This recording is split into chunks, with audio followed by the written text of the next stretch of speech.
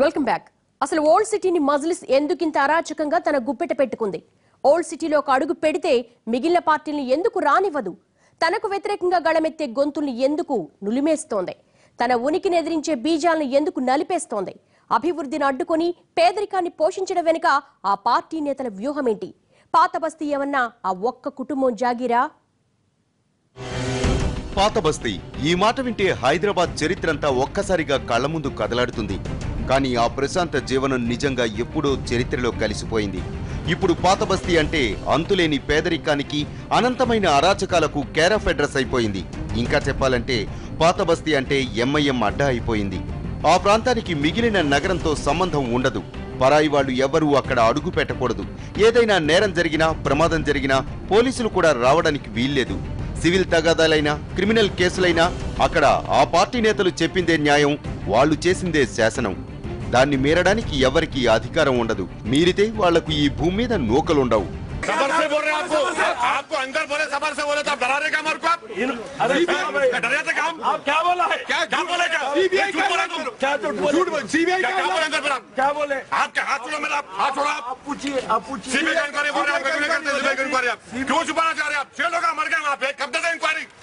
ఐదేళ్లకోసారి తమకు ఓట్లేయమని ప్రాధేయపడే ప్రజాప్రతినిధుల్ని ఎందరినో చూసుంటారు. కానీ ఓట్లేయకపోతే మీ అంతు చూస్తానంటూ బెదిరించి భయపెట్టి ఓట్లేయించుకునే నేతల్ని చూడాలంటే ఒక్కసారి ఓల్డ్ సిటీ వెళ్లాల్సిందే. ఈ ప్రాంతంలో పోలీసులే కాదు, ఇతర పార్టీల నేతలు కూడా అడుగు పెట్టకూడదు.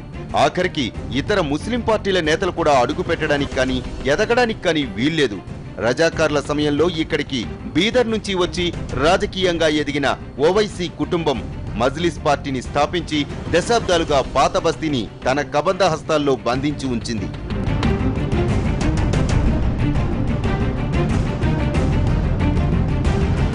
ఇక్కడ ఎప్పటికీ తన మాటే చెల్లేలా, తనకే అధికారం దక్కేలా పావులు కదిపింది. ఆ కుట్రలో భాగమే పాత బస్తీలో తాండవమాడుతున్న ఈ దారిద్ర్యం. వీళ్లు పాత బస్తీని ఎప్పటికీ అభివృద్ధి చెయ్యరు. అక్కడి ప్రజల్ని బాగు చెయ్యరు. వాళ్లకు పక్కా రోడ్లు వెయ్యరు, కరెంటు సరిగా ఇవ్వరు, డ్రైనేజీలు బాగు చెయ్యరు, కనీసం తాగడానికి గుక్కడు మంచినీళ్లు కూడా సరఫరా చెయ్యరు. అదేమిటి, అవన్నీ ఇస్తే వాళ్లకే ఓట్లేస్తారు కదా అనుకుంటున్నారా? అయితే దీని వెనుక ఉన్న అసలు సంగతి వినండి. ఇలా పాత బస్తీ వాసుల్ని ఎప్పటికీ కష్టాల ఊబిలోనే ఉంచితే ఎన్నికల వేళ వాళ్లకు ఆ సమస్యలే గుర్తుంటాయి. వాటినే ఎజెండాగా పెట్టుకుని మజ్లిస్ నేతలు ఓట్లేయించుకుంటారు. ఇంకా చెప్పాలంటే బలవంతంగా వాళ్లతో ఓట్లేయించుకుంటారు. ఇక పాత బస్తీ ఎప్పటికీ అభివృద్ధికి నోచుకోదు. ఇక్కడ స్కూళ్లు సరిగ్గా ఉండవు. ఉన్న వాటిలో పాఠాలు సరిగ్గా చెప్పరు. ఎందుకో తెలుసా? ఇక్కడి తరాలకు ప్రజాస్వామ్యం గురించి తెలిస్తే భవిష్యత్తులో వారి నుంచి తమను ప్రశ్నించే వాళ్లు పుడతారని భయం. అందుకే వాళ్లను ఎప్పటికీ ఆ అజ్ఞానంలోనే ఉంచుతారు. వేరే పార్టీ నేతలనే కాదు, ఆఖరికి తమ పార్టీ నేతలు తోకజాడించినా వాళ్లను తొక్కేస్తారు. కొన్నేళ్ల కిందట ఎంఐఎంలో కుటుంబ పాలన పెరిగిపోయిందంటూ అప్పటి చాంద్రాయణగుట్ట ఎమ్మెల్యే అమానుల్లా ఖాన్ మజ్లిస్ ను వీడి మజ్లిస్ బచావో తెహ్రీక్ అనే పార్టీ పెట్టారు. పార్టీ పెట్టిన కొత్తల్లో అమానుల్లా ఖాన్ మజ్లిస్ వ్యతిరేకతను బాగానే మూటకట్టుకున్న తరువాత మజ్లిస్ నేతలు అతన్ని రాజకీయ కుట్రలతో అణగదొక్కేశారు. ఓవైసీ కుటుంబ రాజకీయ అరాచకానికి ప్రత్యక్ష నిదర్శనమే ఎంబీటీ పతనం. మొత్తంగా ఓల్డ్ సిటీ అంతా మజ్లిస్ ఇలాఖా. ఇక్కడి పరిస్థితుల్ని దగ్గరుండి చూస్తే ఇది తాలిబాన్ రాజ్యమా లేక భారత ప్రజాస్వామ్యమా అన్న అనుమానం కలుగుతుంది. ఇక నేరాల విషయానికి వస్తే ఓల్డ్ సిటీ నేరాలకు కేర్ ఆఫ్ అడ్రస్ గా నిలుస్తోంది. ఇక్కడ ఎన్ని నేరాలు జరిగినా ఒక్క కేసు బుక్కవదు. ఎందుకంటే అక్కడ అమల్లో ఉండేది మజ్లిస్ సొంత రాజ్యాంగం కాబట్టి. పాత బస్తీ దుస్థితికి మజ్లిస్ ఇంతలా రెచ్చిపోవడానికి మిగిలిన రాజకీయ పార్టీల తీరు కూడా కారణమే. ఆ పార్టీ ఈ పార్టీ అని లేదు. తమ రాజకీయ అవసరాల కోసం అన్ని పార్టీలు కాలానుగుణంగా మజ్లిస్తో అంటకాగాయి. పుష్కరం కిందట కాంగ్రెస్ చేసింది ఇదే.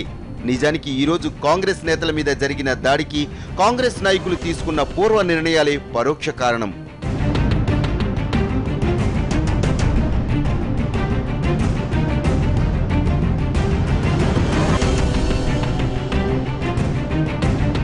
ఇలా అధికారంలో ఉన్న పార్టీలు తమ స్వార్థం కోసం పాత బస్తీలో మజ్లిస్ అరాచకాల్ని చూసి చూడనట్లు వదిలేస్తాయి.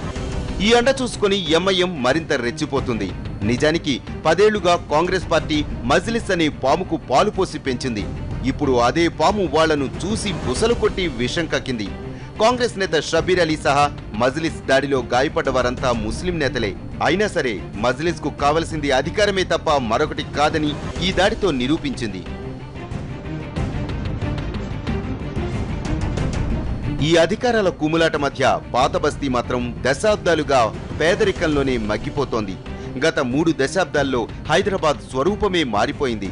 ఫెరల్ సిటీ కాస్త ఐటీ రంగంలో దూసుకెళ్లి హైటెక్ సిటీగా మారింది. అంతర్జాతీయ స్థాయి కంపెనీలకు కూడా హైదరాబాద్ వేదికయ్యింది. ఎంత ఎదిగినా పాత బస్తీ వాసుల బతుకుల్లో మాత్రం మార్పు రాలేదు, రాదు కూడా. ఎందుకంటే దాన్ని అభివృద్ధి చేయకుండా ఉంచడమే మజ్లిస్ పార్టీ లక్ష్యం. మొత్తంగా ఒక్కటే విషయం, మజ్లిస్ నేతల దృష్టిలో పాత బస్తీ వాసులు కేవలం ఓటర్లే తప్ప మనుషులు కాదు. అందుకే వాళ్లను ఓటర్లుగానే ట్రీట్ చేస్తారు. వాళ్లతో ఓటు బ్యాంకు రాజకీయాలే చేస్తారు. ఇందుకోసం ఎంతకైనా తెగిస్తారు, ఎవరినైనా ఎదిరిస్తారు, అడ్డొస్తే ఎవరినైనా అంతం చేస్తారు. మజ్లిస్ ఎందుకిలా రెచ్చిపోతోంది? అసలు వీళ్ళ అసహనానికి కారణమేమిటి? బ్రేక్ తర్వాత చూద్దాం.